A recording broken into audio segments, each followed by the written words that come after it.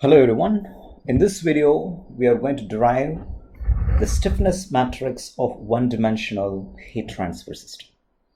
We are actually going to derive the stiffness matrix due to conduction, and we will be deriving the stiffness matrix due to convection. And we will also derive the force matrix. I should not be saying it is force matrix. To be very precise, it is a matrix that is analogous to force matrix. To start with, let me first draw a pin fin that is attached to the engine. So this is the wall of the engine, and there is a pin fin that is attached to this wall of this engine. We assume that the ends are insulated. So there is not going to be any end convection that is taking place because we are assuming that the ends are insulated, so no end convection actually takes place. Let me first define the geometric properties of this particular structure. This pin fin has got a length of magnitude capital L. It has got a cross-sectional area of magnitude capital A. And I would say that the perimeter can be represented by the notation capital P, where perimeter is simply pi into the diameter, and the diameter of the pin fin can be small d. Okay. Now, what is the material property? This pin fin is made up of material that has got a thermal conductivity value of magnitude K. So this is the material property. Of course, I'm not representing the units here. Okay. Sorry. Now, I'm going to write the governing differential equation of this pin fin setup.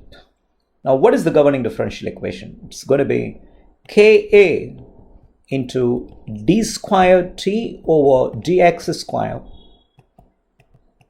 minus hp into t minus ta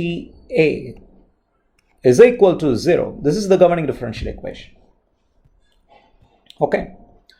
Now, there is a separate video in which I have completely derived the governing differential equation. You can watch that video. I will also send that video. You can watch that video at your leisure. What we are actually going to do is we are going to derive the weak form of this particular governing differential equation. Once we derive the weak form of this governing differential equation, we are going to apply the weak form technique. We are going to solve the weak form technique by considering a small piece of this pin fin. Okay, that's going to be our objective. So let me first derive the weak form of this particular governing differential equation. So let me derive the weak form. The weak form equation is represented by Galerkin's weighted residual method. It is integral over the limit 0 to L. Okay, it is Wi into R into dx is equal to 0. This is the expression by Galerkin's weighted residual method, where W is the weighing function and capital R is the residual. For example, in the governing differential equation, the right hand side of this particular governing differential equation is 0. If the right hand side is not 0, then there is a residual error. So the residual is simply given by the governing differential equation. Okay. So in a separate video, I have clearly explained how to get the residual. So you can watch that video in the privacy of your room. So I will send you the lecture recordings of that, the significance of residual and why residual would actually manifest. Okay, in the next step, I'm going to mathematically manipulate these equations. So let me do that. In the next step, this is Galerkin's weighted residual method. Okay. It is integral over the limit 0 to L. It is Wi into, and what is capital R? I said that it's just the governing differential equation. So it's going to be Ka into d squared t over dx squared minus hp into t minus ta into dx is equal to 0. So in place of R, I have simply plugged this governing differential equation. Mathematics mostly is like moving objects. So you just move objects okay, by obeying the rules of mathematics, by abiding by the rules of mathematics. And it's going to give you some physical meaning at the end. Now what I'm going to do is I'm going to take this wi inside this bracketed term. So what is that I'm going to get is, it is integral over the limit 0 to L. It's going to be wi into ka into d squared t over dx square into dx, okay, minus of integral over the limit 0 to L hp. Okay, I have to multiply by wi, so I'm sorry about that. So it is wi into hp into capital T into dx plus integral over the limit 0 to L wi into hp into ta into dx is equal to 0. So what I have done now is I have simply multiplied this wi inside this term. I have multiplied wi with this term, and I took that hp wi inside the bracketed terms here, okay, and I have just put the integral sign separately for each of these terms, okay. Now I'm going to localize my attention on each of these terms, and let me see what is that I'm going to get.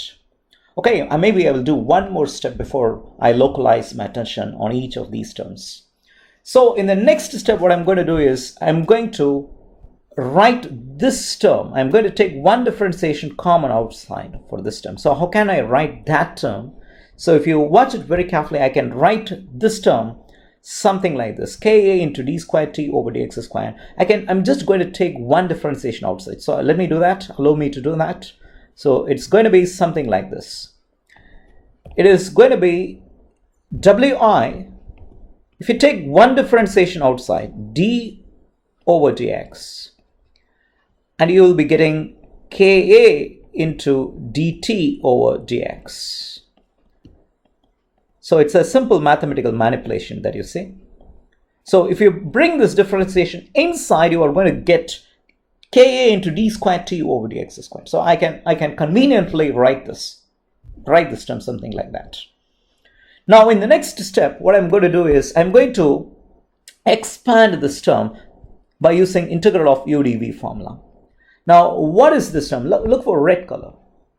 Now this is going to be our u term, and this is going to be our d term, and this is going to be the v term. So if you use the formula integral of u dv, the formula is, it is uv minus integral of v into d into u. So I'm just going to expand this by using integral of u dv formula, which is uv minus integral of v du. In our case, the limit is from 0 to L. So the limit is from 0 to L. The limit, of course, it's from 0 to L. So let me expand that term, and in the next page, I'll write that down. So it is going to be something like this. It's going to be uv, which is u is wi, and v is ka into dt over dx. That's uv. The limit is from 0 to L, minus integral of v du. The limit is from 0 to L. V is ka into dt over dx into u, v du. So it's going to be dwi over dx into dx. So that's what I have done, and I have to write the rest of the terms as it is. I'm going to write the rest of the terms as it is. It's going to be minus of integral over 0 to L wi into hp into t into, okay, I'm just going to write those terms, minus of integral over the limit 0 to L hp, okay, hp into t into dx. Of course, I missed wi. I have to write that. It is wi into hp into, what is that? T into dx.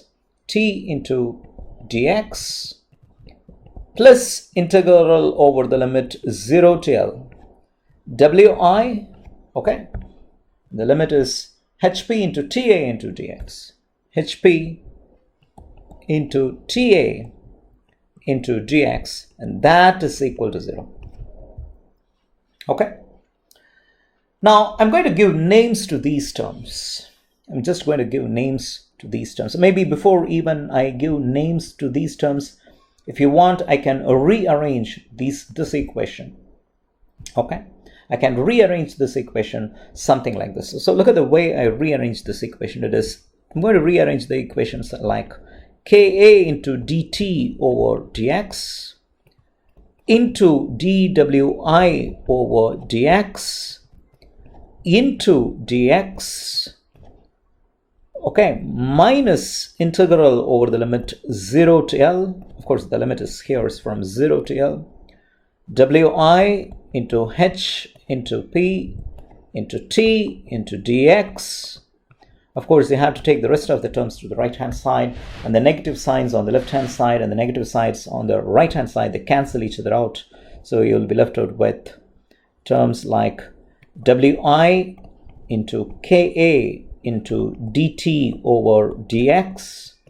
Of course, the limit is from 0 to L plus integral over the limit 0 to L wi into h into p into ta into dx. Now I'm going to put a box to this equation, a nice box to this equation, and you see this is the weak form expression of the governing differential equation of a one-dimensional heat transfer system. So I'll put a box. This is the weak form expression, you see.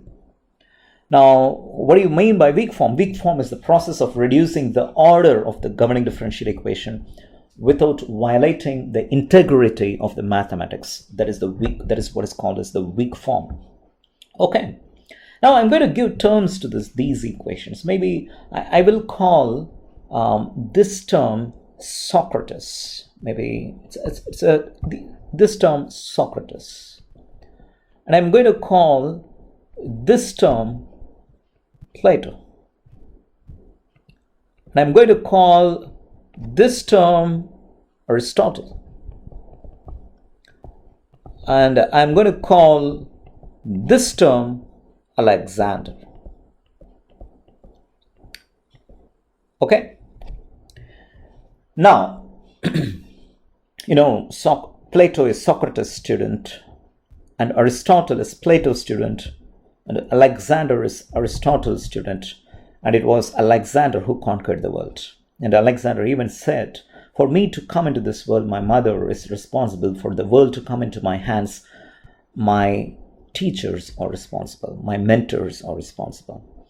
Okay, now we are going to solve this weak form expression. You see, before we solve this weak form expression, if you plot a graph by, say, this is the pin fin, this is a pin fin. Okay. And if you plot a graph, let us say that it's a complicated pin fin. So by taking the temperature along the y-axis and the value of x, the length along the x-axis, you're going to get a graph something like this. Now we don't know what is the type of equation. Maybe it is a complicated fin. It may be a complicated fin that the first part of the fin can be made up of aluminum, the second part is made out of copper, the third part is made out of let us say bronze. So it's a complicated physical scenario, and the fourth part may be again aluminum. So in reality, we are not going to come across such a fin, but I just want to get across one point.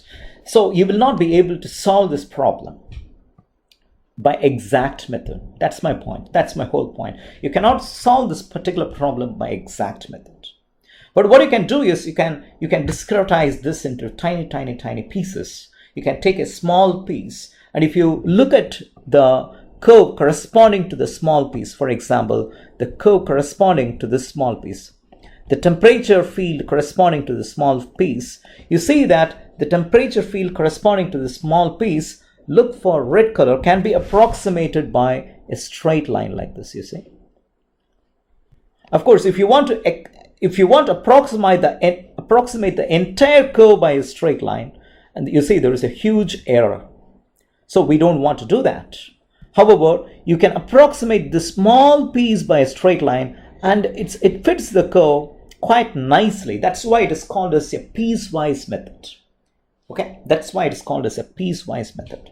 So if it is a small piece that you are bothered about, then you can put your local coordinates there. So for example, the x value corresponding to the small piece is going to be 0 at the beginning of the small piece, and the x value at the end is going to be L, and the temperature right at the small piece is going to be T1. Okay, let's call that as T1, and the temperature here, it's going to be T2.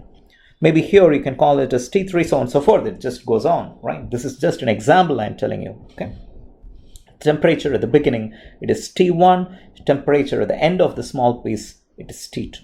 Of course, if you look at the equation of this straight line, you can say that the temperature equation of this particular straight line is just A0 plus A1x, because it varies in a linear way. Of course, I'm not putting square terms here. I'm not putting any cubic terms here. Of course, it is a straight line equation, you see.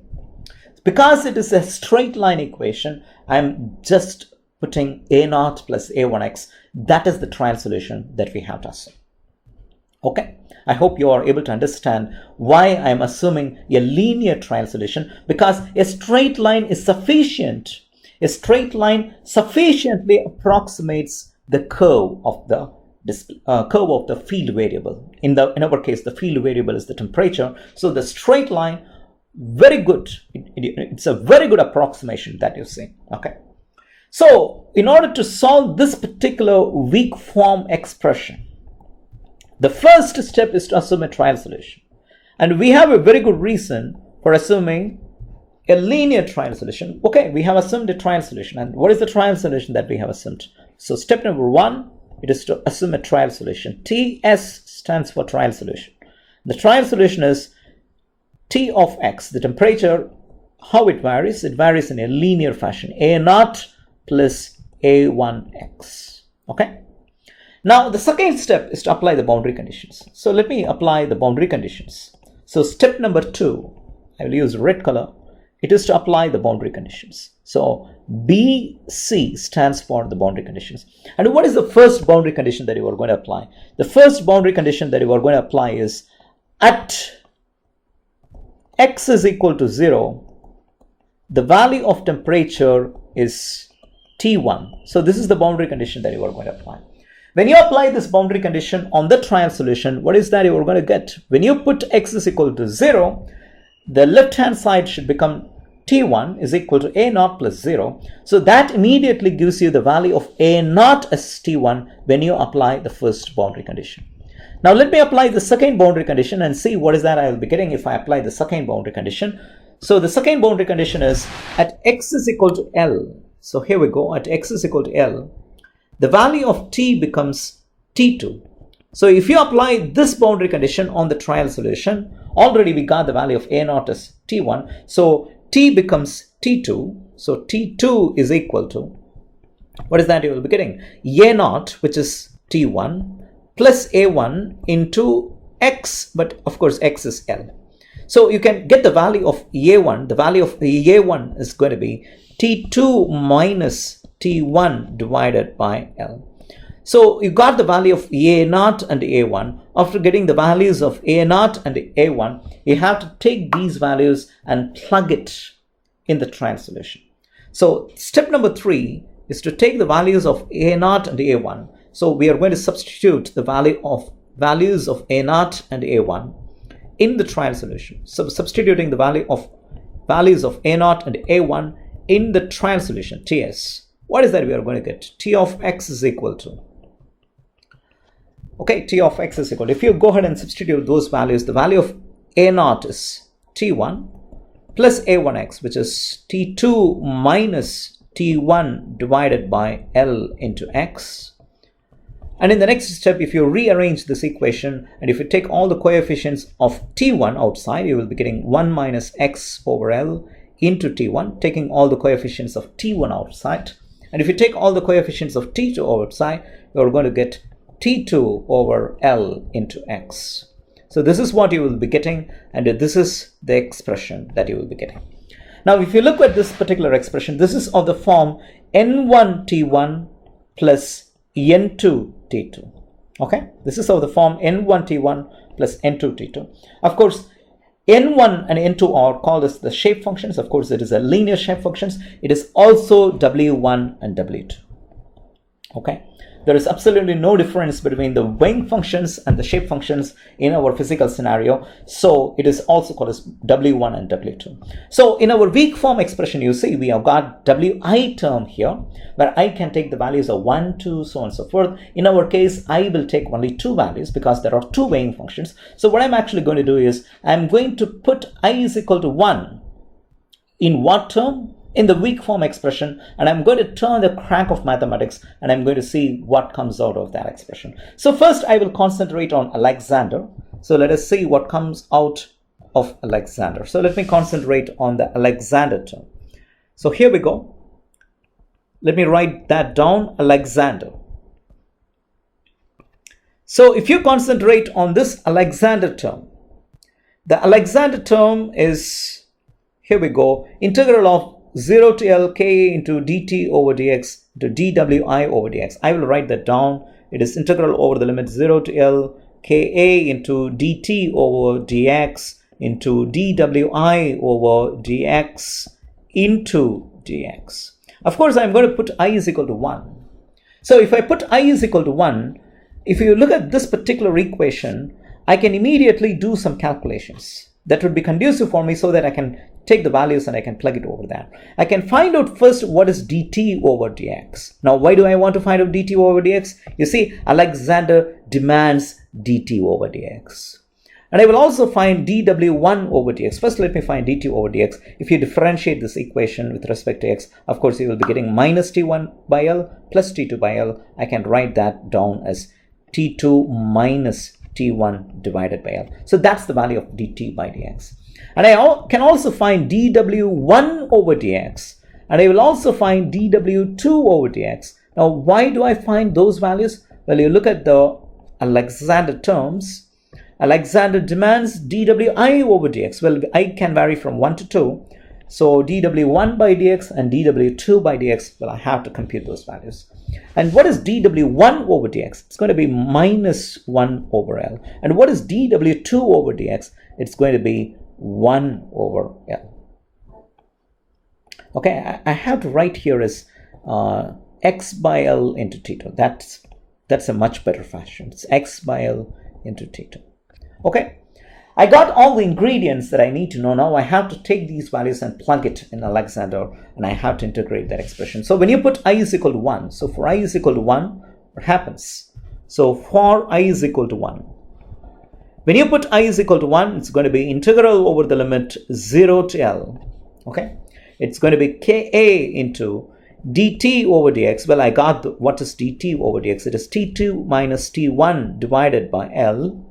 Well, I got that value here into dw1 over dx. I know what is dw1 over dx. It's minus 1 by L. It's minus 1 by L into dx. Simple. In the next step, I'm going to take all the constants outside and I'm going to integrate. So if you take all the constants outside, k is a constant, a is a constant. If you bring this minus 1 and if you multiply it with this bracketed term, you are going to get t1 minus t2 divided by L into L becomes L square. You'll be left with integral over the limit 0 to L into dx. And if you integrate this term, what is that you are going to get if you integrate this term? You will be getting L if you substitute the limits. You see, you will be actually getting x if you integrate that. Integral of dx is simply x, you see. So when you substitute the limit, you will be getting L. So L in the numerator and 1L in the denominator, they cancel each other out. So the final term that you are left with is Ka over L into T1 minus T2. T1 minus T2. So we have solved Alexander, but except that I'm going to write Alexander in matrix form. So it will be like Ka over S. So before even I write in matrix form, let me plug the value of I is equal to 2 and let me see what happens when I put I is equal to 2. So let me do that very quickly. For I is equal to 2, so you will be getting integral over the limit 0 to L. It's going to be Ka into dt over dx. We have already computed. It's going to be T2 minus T1 over L into what is dw2 over dx? It's simply 1 by L into dx. And similarly, if you take all the constant terms outside of the matrix and if you substitute the limits, the term that you are going to get is Ka over L into minus T1 plus T2. Well, I can call this as equation number 1 and I will call this as equation number 2. Of course, this is for Alexander. And if you write the two equations in matrix form, you are going to get Ka over L into 1 minus 1 minus 1 1. Sounds like a familiar matrix into T1 T2. Okay. So this particular term is called as the stiffness matrix due to conduction. One clue is that you've got the K term. K is thermal conductivity. And of course, it is called as the stiffness matrix due to conduction. But I had to tell you the physical meaning of the stiffness matrix due to conduction, but I will record that in a separate video. So this is the stiffness matrix due to conduction, you see. Okay, in the next step, I have got Alexander. I am done with Alexander. I have to concentrate on Aristotle. So let me do Aristotle now. I am going to concentrate on Aristotle. So here we go. Let me do Aristotle. If you look at the Aristotle term, the Aristotle term is integral of 0 to L. So I am not putting the negative sign. Maybe I will consider this term as Aristotle, so excluding the negative sign. So integral over the limit 0 to L, Wi into Hp into T into dx. So Hp is our constant, so that term is Hp can be taken outside of the integral. Integral over the limit 0 to L, Wi into T into dx. That is our Aristotle. Now, if you look at this term, what is T? Well, we got an expression for T. Where it is? Okay, here we go. This is our expression for T, you see. I'm going to take this expression for T and I'm going to plug it in Aristotle. So what is that I will be getting? Next step, it is going to be Hp into integral over the limit 0 to L, Wi into, so I'm going to put I is equal to 1. Let me do that right away. W1 this time. It's going to be W1 for I is equal to 1. Okay. For I is equal to 1, Wi becomes W1 into T is 1 minus X over L into T1 plus X over L into T2 into dx. In the next step, it's going to be Hp into integral over the limit 0 to L. We know what is W1. W1 is 1 minus X over L. I'm going to take it inside the bracket. So 1 minus X over L, W1 is 1 minus X over L. If you take it inside the bracket, it's going to be 1 minus X over L, the whole square, into T1. And if you bring this 1 minus X over L inside this bracket and multiply it by X over L, you're going to get X over L minus X square over L square, you see? That's what you will be getting, okay? Plus T2. Of course, I have to integrate all these terms with respect to dx.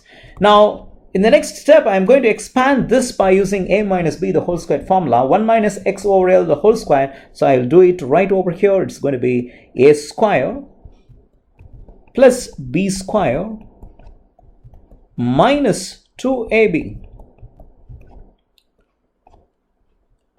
into T1. So maybe I'll write that T1 here into T1 plus so on and so forth. Okay. Now let me integrate and plug the values. So if it is Hp into, if you integrate the terms, integral of 1 is X. If you substitute the limits, it's going to be L, and this term it's going to be X cube over 3. It's L cube over 3. So L cube in the numerator and L squared in the denominator cancel each other out. You will be left out with L over 3 minus 2 into L square over L you are over 2L. So 2 cancel out each other out. So you'll be left out with L into T1. Of course, I have to put this bracket.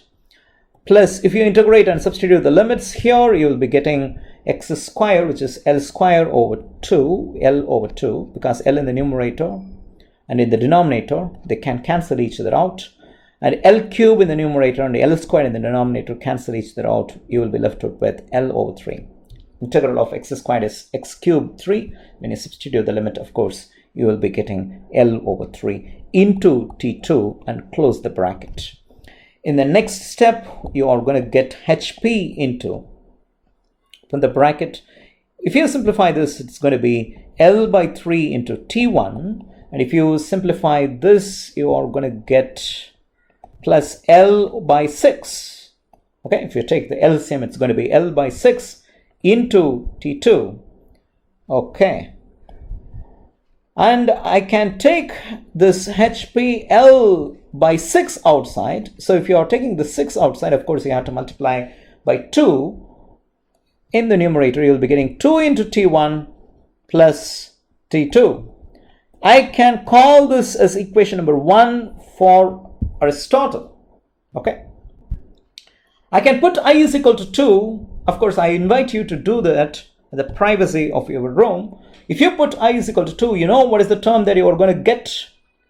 You are going to get the term, which I will write it here. It will be like HPL over 6 for I is equal to 2 into T1 plus 2T2. And you can call that as equation number 2. So when you put I is equal to 2, Wi becomes W2, and the value of W2 is simply X over L, and it is an easy mathematics. So you just have to integrate and substitute the limits. And you can write the 2 equations in matrix form. In the next page, I'm going to do that. If you write the 2 equations in matrix form, you'll be getting HPL over 6 into 2, 1, 1, 2 into T1, T2. So this is the stiffness matrix due to convection. Now, how do I say this is the stiffness matrix due to convection? Because there is a convection term there. There is a convection term. What is the convection term? Well, H is the convection term. So this is the stiffness matrix due to convection. Okay. Okay, now we have got Plato and Socrates to be solved. So let me write the Plato term. Our guy Plato is here. It is Wi into K into dt over dx. So let me write that down. It is Wi into Ka into dt over dx. The limit, of course, it is from 0 to L. So when you put I is equal to 1, what happens to this term? It becomes Wi becomes W1. So you will be left out with W1 into Ka into dt over dx. The limit is from 0 to L. And when you substitute the limits, let me plug the value of W1 here. The value of W1 is 1 minus x over L, okay, into Ka into dt over dx. This is an analogous, Ka into dt over dx is analogous to the force term in structural engineering, you see. Or the limit is from 0 to L. This term, Ka into dt over dx, it is something like Ae into du over dx. And you know that Ae into du by dx is force. So that is why we say that it is analogous to force term. Okay. Except for the notations, the mathematics is just the same. Okay. You actually replace that as simply capital P, where capital P stands for force. When you substitute the limit, you say capital P, the upper limit is PL minus the lower limit is P naught. Okay. Of course, we are going to pull a similar trick here. Okay, let me do that. Of course, it is analogous to the force term. It gives you to some sense of why that is analogous to force term, the mathematics, if you look very carefully. Okay, let me substitute the upper limits. If you substitute the upper limit, it's going to become 0. But of course, you can substitute the lower limit. If you substitute the lower limit here, you'll be getting, when you substitute the upper limit, you see this x, when you put the value of L, it becomes 1 minus 1, everything becomes 0. When you substitute the lower limit, which is 0, you get 1 there. So it is 1 minus of 1 into Ka into dt over dx. Of course, dt over dx at x is equal to 0. Okay, so it is the force, it is sort of like force at x is equal to 0. Okay, something like that. Okay, let me put I is equal to 2 and let me turn the crank of mathematics and see what is that I will be getting when I put I is equal to 2. If I put I is equal to 2, the equation that I will be getting is W2, which is x over L, into Ka into dt over dx. Okay, the limit is from 0 to L. Okay, when you plug the upper limit, of course, when you plug the lower limit, it's going to be 0 here. When you plug the upper limit, it's going to be K1, x over L is going to become 1, Ka into dt over dx at x is equal to L.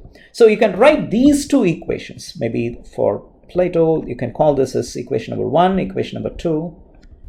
And you can write the two equations in matrix form and you will be getting the force term. It's like this. It's minus Ka into dt over dx at x is equal to 0 and a Ka into dt over dx at x is equal to L. Sorry about my terrible handwriting.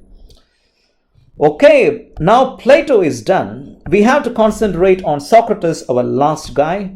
So let me write the equation for Socrates. Socrates says it is HP into TA. Of course, I'm taking those terms common outside the integral. Integral over the limit 0 to L.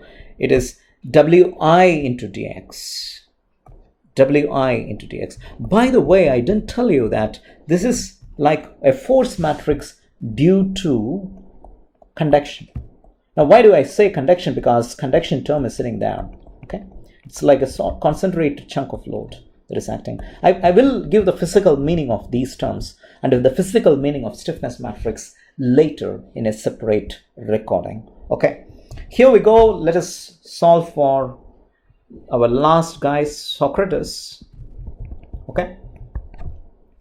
Now, when you put I is equal to 1, the value becomes W1 and the value of W1 is 1 minus x over L. So let me write that down. HP into TA into integral over the limit 0 to L. Wi becomes W1, which is 1 minus x over L into dx. Okay. In the next term, it is going to be HP into TA into, if you integrate and substitute the limits, it's going to be L minus, if you integrate and substitute the limit over here, it's going to be L over 2. So you are going to get HPTA into L by 2. So you can call this as equation number 1 because that's what I will be getting when I put I is equal to 1. So let me put I is equal to 2 in the next page. What is that I will be getting? It is HP into TA into integral over the limit 0 to L into W2 into dx. The value of W2 is x over L into dx. It is equal to HP into TA into, if we integrate this expression, it is L squared over 2. It's L over 2. Okay, when you substitute the limits, of course. So you will be getting HPTA into L over 2. It's the same expression that you were getting. You can call this as equation number 2. Write the equation number 1 here and write the equation number 2 here in matrix form and see what is that you are going to get.